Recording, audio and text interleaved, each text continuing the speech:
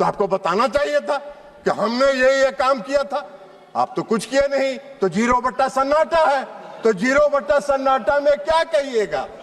माननीय श्री राजीव रंजन सिंह जी।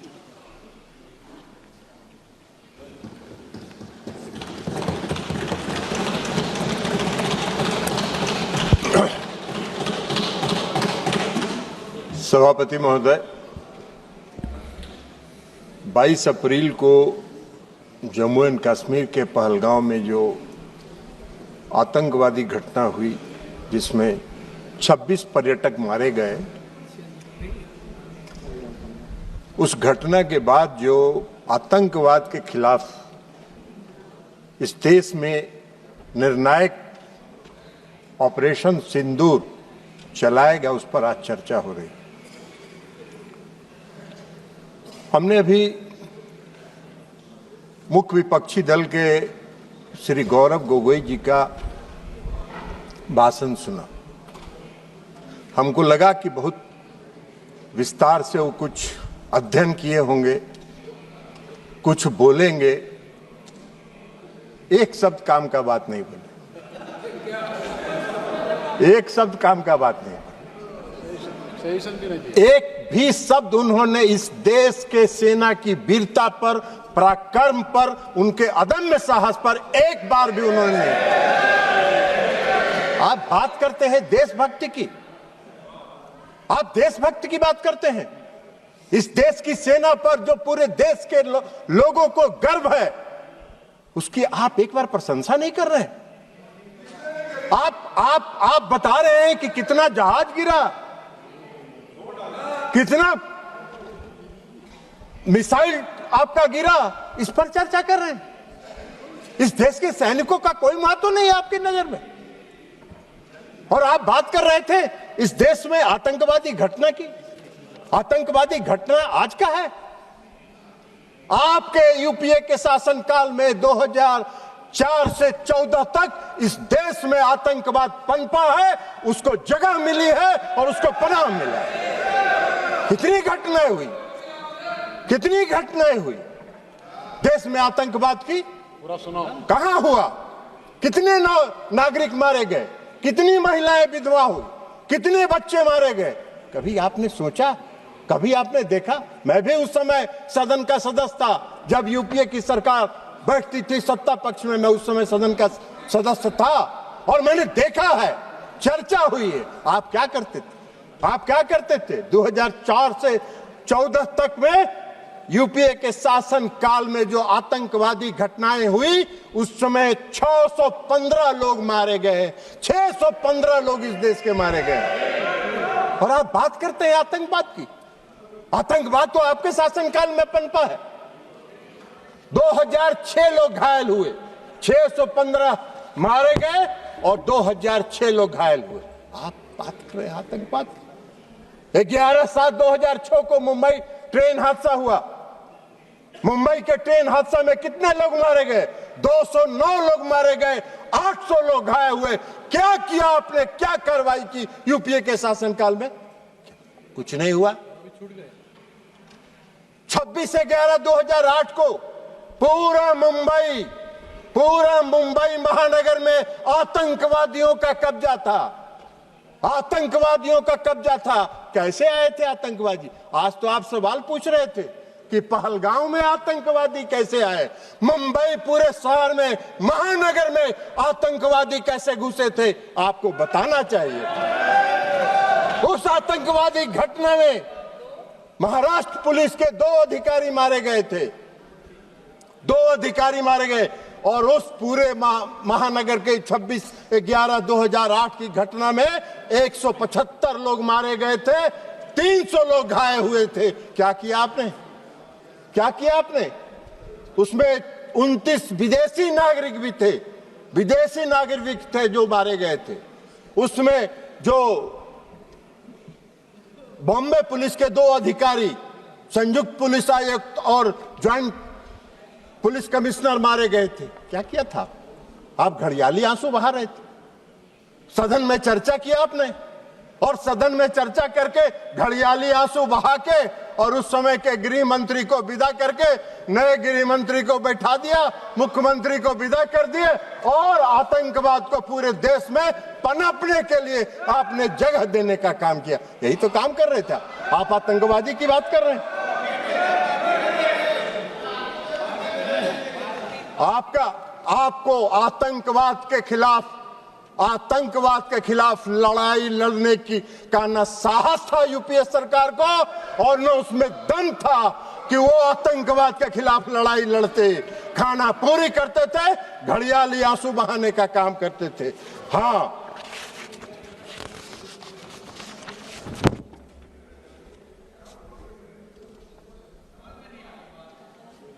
और उसको भी बता दें कि उस मुंबई की घटना का जो मुख्य कर्णधार था, जो अमेरिका में छिपा हुआ था, आपको उसको लाने का साहस नहीं हुआ। प्रधानमंत्री नरेंद्र मोदी जी ने उसको इस देश में लाके उस पर मुकदमा चलाने का काम किया। आप बात कर रहे हैं? हाँ, जरूर है। आज जरूर है कि इस देश में भारत ने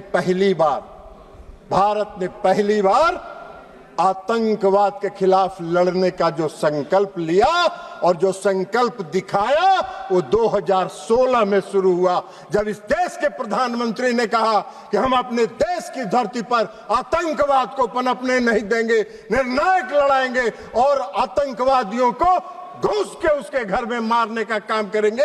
यह संकल्प प्रधानमंत्री नरेंद्र मोदी जी ने दिखाया। 2016 में उरी की घटना हुई, 25 लोग मारे गए, 25 सैनिक मारे गए, उरी की घटना। और 25 सैनिक मारने के बाद देश के प्रधानमंत्री ने निर्णायक लड़ाई लड़ते हुए सर्जिकल स्ट्राइक किया और पाकिस्तान की सीमा में घुसकर पाक आतंकवादियों को समाप्त करने का काम किया। यह प्रधानमंत्री ने इस संकल्प के साथ काम किया, आतंकवाद के खिलाफ लड़ाई लड़ने का काम किया। आपको कहां दिखाई दे? आतंकवादी प्रशिक्षण केंद्र समाप्त हुए सर्जिकल स्ट्राइक में, सैकड़ों आतंकवादी मारे गए और फिर दोबारा आतंकवादियों ने साहस किया। फरवरी में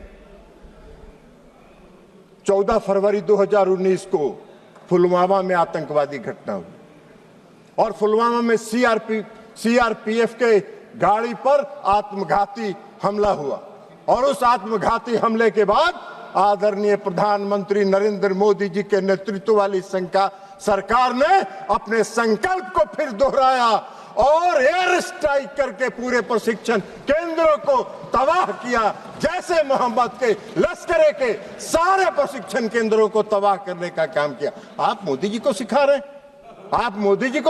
हैं आतंकवाद के खिलाफ लड़ाई लड़ने का। आप तो आतंकवाद के खिलाफ क्या लड़ाई लड़े थे? इतना दिन देश में शासन किए। आजादी के बाद से तो सबसे ज्यादा शासन आप ही लोगों ने किया है। तो आपको बताना चाहिए था कि हमने ये काम किया था। आप तो कुछ किए नहीं, तो 0 सन्नाटा है। तो 0 सन्नाटा में क्या कहिएगा? तो खोज रहे हैं। अभी बोल रहे थे पहलगांव में आतंकवादी किन उद्देश्यों के साथ आया, उसका भी व्याख्यान आप ही कह रहे थे कि इन उद्देश्यों के साथ पहलगांव में आतंकवादी घुसे थे। आपसे पूछ के घुसे थे क्या वो लोग? आपको कैसे जानकारी है कि वो किस उद्देश्य के साथ लेके घूमे? अरे ऐसा बात मत करिए। कम से कम देश की एकता और अखंडता के साथ मजाक मत करिए। देश की एकता और अखंडता के साथ देश की सरकार के साथ खड़ा रहने का काम कीजिए। नहीं तो कोई नहीं। विश्वसनीयता तो प्रतिदिन समाप्त हो ही रही है। आने वाले समय में कोई पूछेगा भी नहीं, यह भी जान लीजिए। तो इसलिए एयर स्ट्राइक किया प्रधानमंत्री जी ने। पुलवामा की घटना के बाद 26 अप्रैल को बालकोट में घुस के एयर स्ट्राइक करके आतंकवादियों के प्रशिक्षण केंद्र को समाप्त करने का काम किया। ये प्रधानमंत्री का संकल्प था, ये मोदी जी का संकल्प था। यूपीए के किसी सरकार के प्रधानमंत्री ने यह संकल्प नहीं लिया था। यह काम मोदी जी ही कर सकते हैं, दूसरा कोई नहीं कर सकता है। और और अब ऑपरेशन सिंदूर पर आइए। 22 अप्रैल को पहलगाम में घटना हुई और 22 अप्रैल को पहलगाम में जब घटना हुई तो अरे जाओ ना यार, वहां वोटर बड़ा जाली बनवाए, वो उधर जाके देखो।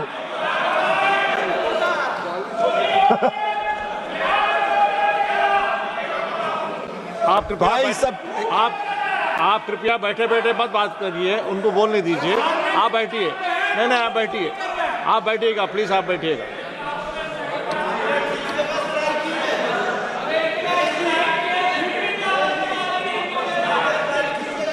हाँ, वो है नस पकड़ा गया है, असली नस पकड़ा गया। इलाज भी, और अगर देखिए आपको एक चीज बता देते हैं, अगर असली बीमारी पकड़ा जाता है तो उसका इलाज भी परफेक्ट होता है। डायग्नोसिस अगर सही हुआ तो ट्रीटमेंट, डायग्नोसिस अगर डायग्नोसिस सही हुआ तो ट्रीटमेंट भी पक्का होगा, आपकी बीमारी समाप्त हो जाएगी, चिंता मत करिए। आप बैठिएगा, आप नहीं, जब भी बोलेंगे, आप जब मौका देंगे तभी बोलेंगे। और सभापति महोदय, प्लीज एड्रेस द चेयर। सभापति महोदय, 22 अप्रैल को पहलगांव में घटना हुई। हमारे पूरे देश के पर्यटक वहां गए थे, घूमने गए थे, परिवार के साथ गए थे, छुट्टियां मना रहे थे और आतंकवादियों ने हमला किया। 26 लोग मारे गए, 26 लोग मारे गए। हमारे देश के प्रधानमंत्री जी की, आप उनकी आत्मा जो इस देश में बसती है, इसको महसूस करना चाहिए। वो यात्रा स्थगित करके, विदेश की यात्रा स्थगित करके देश में तत्काल वापस आने का काम उन्होंने किया। और इसलिए कि उनको दर्द था इस बात का। सुन लीजिए ना यार, बैठिए ना, प्रवचन मत दो ना यार, तमाशा कर रहे हो।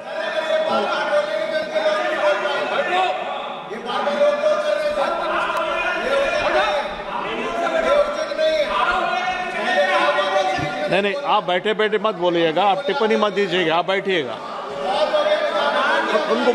उनको बोलने दीजिए। नहीं प्लीज, नहीं, आप जो भी बोले रिकॉर्ड में नहीं आएगा, आप बैठ जाइए। तो सभापति महोदय, कश्मीर तो वो गए जिनको तफरीह करना था। इस देश के प्रधानमंत्री को एक्ट करना था ना, तो इस देश के प्रधानमंत्री को एक्ट करना था, तो कश्मीर जिनको तफरीह करना जाना था वो गए। इन्होंने एक्शन लिया और एक्ट किया, और एक्ट कर जो किया वही तो बात आपको बता रहे हैं। तो इसमें घुसेगा तब ना, ये तो ऊपर से निकल जाता है काम का बात। तो इसलिए 22 अप्रैल को प्रधानमंत्री घटना हुई आए। 24 अप्रैल को प्रधानमंत्री जी, अभी रंजन गोगोई जी कह रहे थे कि चुनाव पर, ये गौरव गोगोई जी कह रहे थे, सॉरी गौरव गोगोई जी कह रहे थे कि चुनाव प्रचार में गए थे। चुनाव प्रचार में नहीं गए थे, अपने को करेक्ट किया कीजिए, बोलिए भी तो करेक्ट करिए। पंचायती राज दिवस था, और पंचायती राज दिवस में हर साल प्रधानमंत्री जी पंचायती राज दिवस में किसी न किसी राज्य में जाकर पंचायत प्रतिनिधियों को संबोधित करते हैं। और 24 अप्रैल को भी प्रधानमंत्री जी बिहार के मधुबनी में पंचायती राज दिवस के दिन गए। लेकिन वहां जाके उन्होंने जो कहा, पहली बार पहलगाम की घटना पर एक शब्द उन्होंने कहा कि घटना से मर्माहत हूं, और इसका जवाब कल्पना से परे पाकिस्तान को मिलेगा, कल्पना से परे पाकिस्तान को मिलेगा। यह एक लाइन में उनकी संकल्प शक्ति का दृष्टिगोचर हो रहा था कि उनके दिमाग में क्या है। और मधुबनी में जो आतंकवाद के खिलाफ लड़ने का उनका संकल्प था, उसमें उन्होंने पहली बार मैंने देखा आज तक 14 से लेके आज तक में कि प्रधानमंत्री नरेंद्र मोदी जी ने अंग्रेजी में भाषण दिया कुछ देर, और इसलिए दिया कि उन्होंने पूरे दुनिया को पूरे दुनिया को, विश्व को संदेश दिया कि हम आतंकवाद के आगे झुकने वाले नहीं हैं। आतंकवाद के खिलाफ हम निर्णायक लड़ाई लड़ेंगे और विश्व को अपनी दृढ़ इच्छा शक्ति का संदेश उन्होंने इसके माध्यम से लिया और आतंकवाद के खिलाफ लड़ाई का उन्होंने संकल्प लिया। प्रधानमंत्री जी ने अभी, रक्षा मंत्री जी ने विस्तार से बताया। वो सब बात तो आपके दिमाग में घुसा नहीं होगा, तो ऊपर से निकल गया होगा। तो इसलिए अभी रक्षा मंत्री जी ने बताया कि वहां से आने के बाद लगातार वो अपने तीनों सेना और चीफ ऑफ डिफेंस स्टाफ के साथ बैठक करते रहे और सबों के साथ उन्होंने पूरी बात चर्चा सुनी और एक बात उन्होंने स्पष्ट तौर पर पूरे देश को बताया कि मैंने अपनी सेना को पूरी छूट दी है, उसको डेट तय करने का, समय तय करने का और क्या एक्ट करना है यह तय करने का हमने सेना को पूरा छूट दिया। और 7 मई को, 6 और 7 मई की मध्यरात्रि में हमारे सैनिकों ने 9 आतंकवादी ठिकानों को ध्वस्त कर देने का काम किया और सैकड़ों आतंकवादी उसमें मारे गए, शहीद हुए। आप सबने देखा होगा टीवी पर, बहुत से लोग जो आका थे आतंकवादियों को रो रहे थे। मसूद अजहर साहब, हाफिज शहीद, ये रो रहे थे कि मेरा सारा परिवार मर गया, काश मैं भी मर जाता। सारे आतंकवादियों को ध्वस्त करके उन्होंने संदेश दिया कि अब इस देश में और पाकिस्तान की धरती पर आतंकवाद को हम बर्दाश्त नहीं करेंगे और यह संकल्प उन्होंने पूरा करने का काम किया। 100 से ज्यादा आतंकवादी मारे गए। पूरे पाकिस्तान के जो जितने थे, सेना प्रमुख से लेकर सब आतंकवादियों के जनाजा में गए। आपने पाकिस्तान का तो एक बार भी आलोचना नहीं की। पाकिस्तान को कंडेम तो आपने, गोगोई जी, एक बार भी आपने नहीं किया कि पाकिस्तान के जो सेना प्रमुख थे वो गए, तो इसलिए आप तो नहीं किए।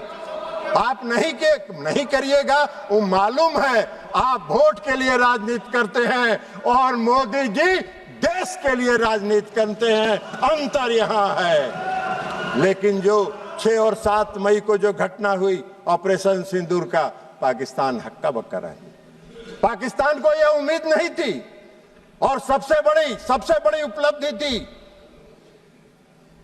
कि जो 9 प्रशिक्षण शिविर ध्वस्त किए गए, एक भी नागरिक को खरोच तक नहीं आया। पाकिस्तान के किसी नागरिक को खरोच तक नहीं आया। हम लोगों ने देखा जो सैटेलाइट इमेज पर कि जो ध्वस्त प्रशिक्षण शिविर है उसके बाहर पाकिस्तान के लोग वीडियो बना रहे हैं, उसका पूरा वीडियो बना रहे थे और मजे ले रहे थे। ये मोदी जी का कमाल था। एक भी सेना के किसी भी, पाकिस्तानी सेना के किसी भी जगह पर उन्होंने हमला नहीं किया, हमारे सैनिकों ने हमला नहीं किया। हमारा संकल्प था, मोदी जी का संकल्प था आतंकवाद के खिलाफ लड़ने का और आतंकवादी प्रशिक्षण शिविर को उन्होंने टारगेट बनाने का काम। उसके बाद जवाब में क्या हुआ? उसके जवाब में रिटेलिएशन में पाकिस्तान ने हमारे सैन्य ठिकानों पर, हमारे एयरबेस पर, हमारे नागरिक जगहों पर, नागरिक स्थलों पर, हमारे जम्मू एंड कश्मीर के यूनिवर्सिटीज पर हमला करने का प्रयास किया, गुरुद्वारे पर हमला करने का प्रयास किया, धार्मिक स्थलों पर हमला करने का प्रयास किया।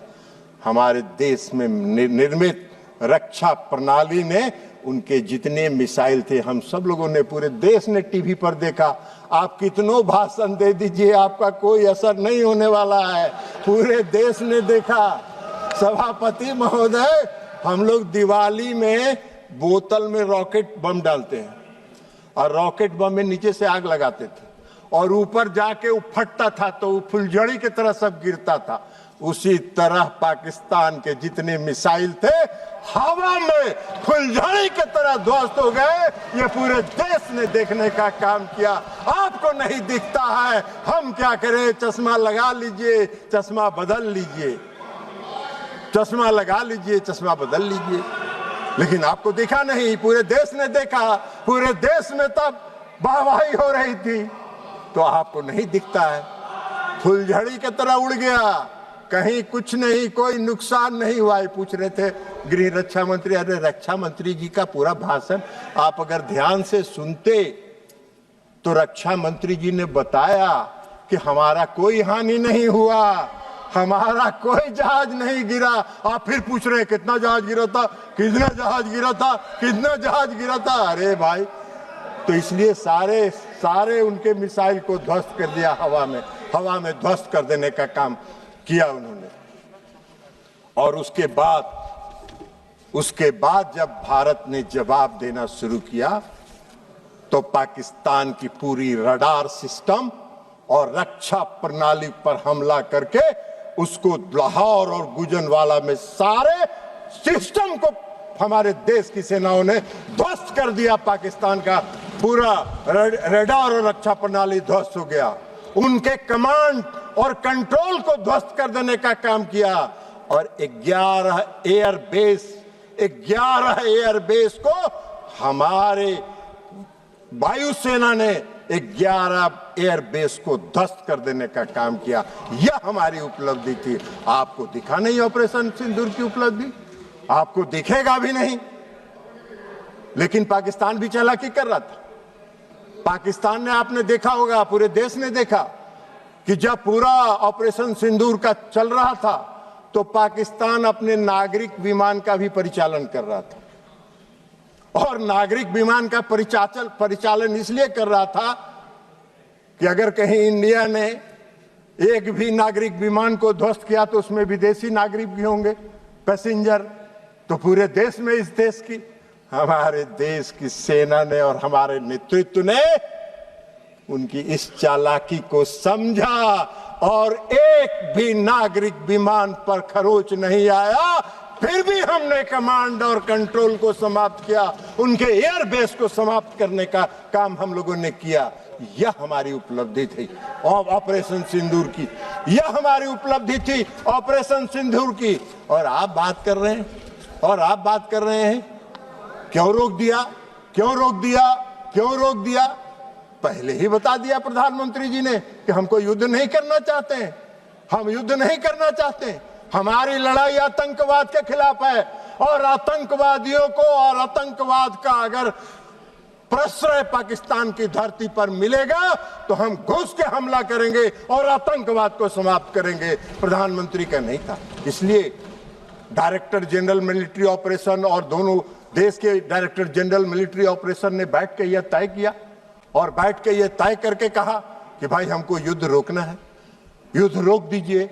पाकिस्तान घुटने के बल बैठ गया, सारा उनका एयरबेस ध्वस्त हो गया, रडार सिस्टम ध्वस्त हो गया, रक्षा प्रणाली ध्वस्त हो गया। उनको तो कुछ दिखाई ही नहीं पड़ रहा था कि कौन देश, भारत से कौन जहाज किधर से आ रहा है और कहां हमला करके चला जा रहा है। तो अब उनके पास चारा क्या था?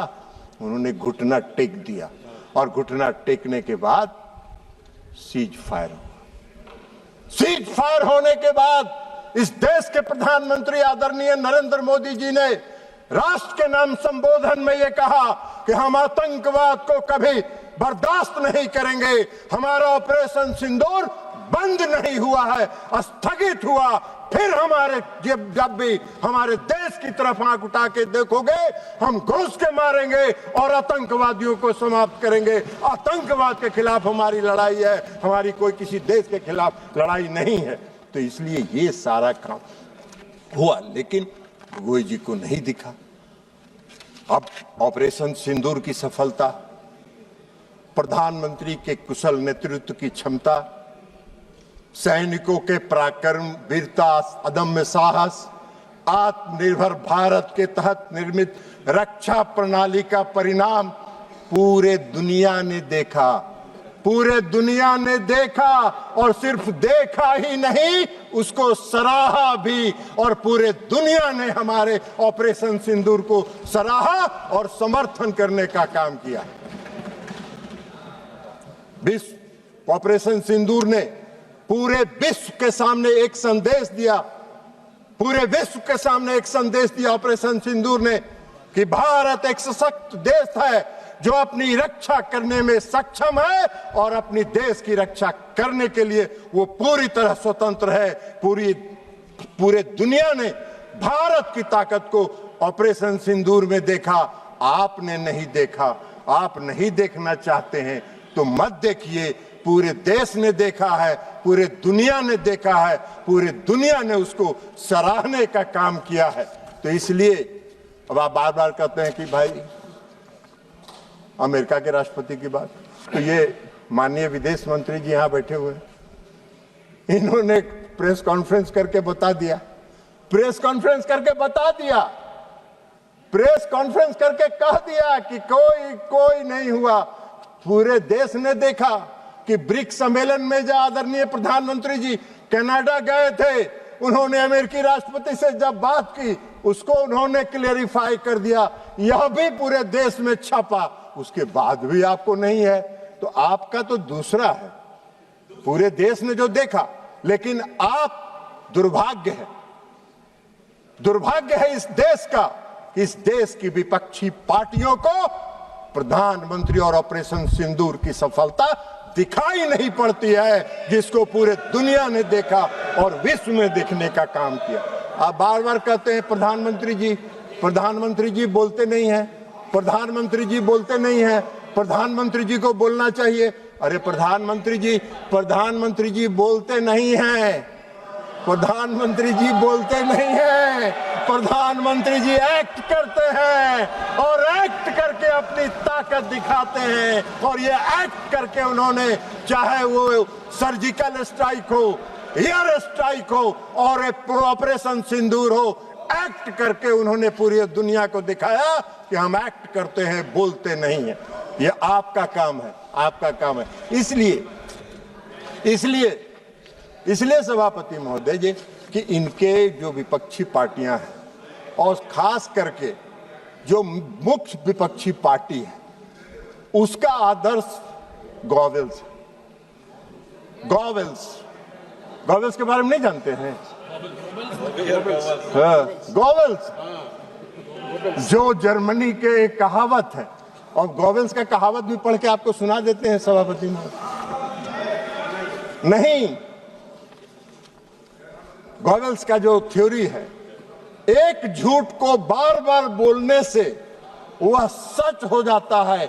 यह एक प्रसिद्ध कहावत है, सुन लीजिए, लेकिन यह सच नहीं है। यह विचार जिसे गोवल की राजनीति या बड़ा झूठ कहा जाता है ना, कि प्रचार मंत्री जो उस पर विश्वास करे, यह ध्यान रखना महत्वपूर्ण है। यह ध्यान रखना महत्वपूर्ण है कि यह एक दुष्प्रचार रणनीति है, न कि सच्चाई। झूठ चाहे कितनी बार दोहरा जाए, सच नहीं बन जाता।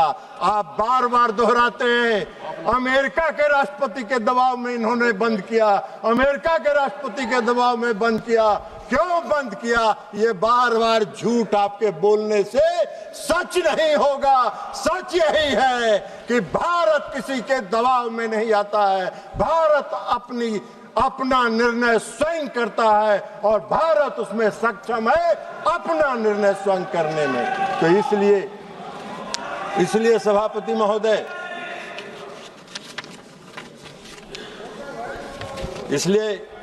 महोदय, इनको ऑपरेशन सिंदूर की सफलता दिखाई नहीं पड़ती। ऑपरेशन सिंदूर एक सफल ऑपरेशन था जो आतंकवाद के खिलाफ लड़ाई का था, और पूरे दुनिया ने और पूरे देश ने इसको सराहा है, इसको स्वीकार किया है। दुर्भाग्य है इस देश का कि हमारे विपक्षी पार्टी हमारी देश की, जबकि उनको चाहिए इस घड़ी में सरकार के साथ, देश की एकता के साथ, देश की अखंडता के साथ, देश में फैल रहे आतंकवाद के खिलाफ लड़ाई में सरकार के साथ रहते नहीं रहे। आज भी हम आपसे आग्रह करेंगे, आप रखिए, रहे बैठिए। आज भी हम कहेंगे, छोड़िए दलगत राजनीति से ऊपर उठिए, दलगत राजनीति से ऊपर उठिए और दलगत राजनीति से ऊपर उठकर राष्ट्र हित के सवाल पर नरेंद्र मोदी के साथ खड़ा होइए, नरेंद्र मोदी के साथ खड़ा होइए और देश के से आतंकवाद को समाप्त करने में उनके कंधा से कंधा मिला के चलने का काम कीजिए।